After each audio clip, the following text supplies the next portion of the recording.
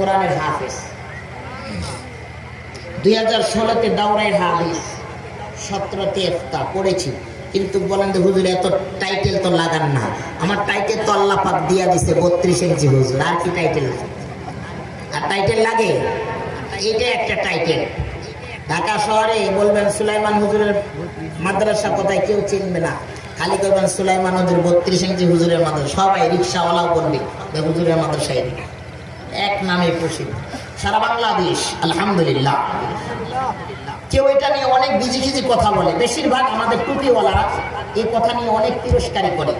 আমি পরোয়া করি না, কেন আমার উস্তাদ, আমি আমার বিদ্যা শিখার অবস্থা দুটা মানুষকে পেয়েছি।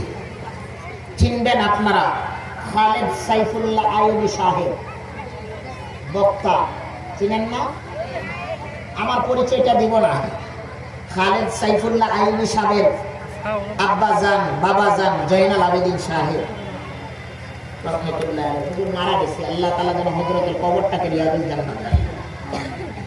আমি হযরতের কাছে হেফজখানা পড়েছি। এখন যদি বলেন যে হুজুর আইবি সাহেবের নামটা এত বড় মানুষ সংক্ষিপ্ত আকারে বললেন, কি করবো? আমার বিয়ে, আমার বড় বোন, আমার বড় ভাইরাতে বিয়ে, বিয়ের নামটা কত টাইটেল দিব, ঠিক কিনা? উনার কাছে, উনার আব্বা হুজুরের কাছে আমি হেফজখানা পড়েছি। আল জামিয়াতুল মাদানিয়া, রাসফুলবাড়িয়া, সাভার, ঢাকা।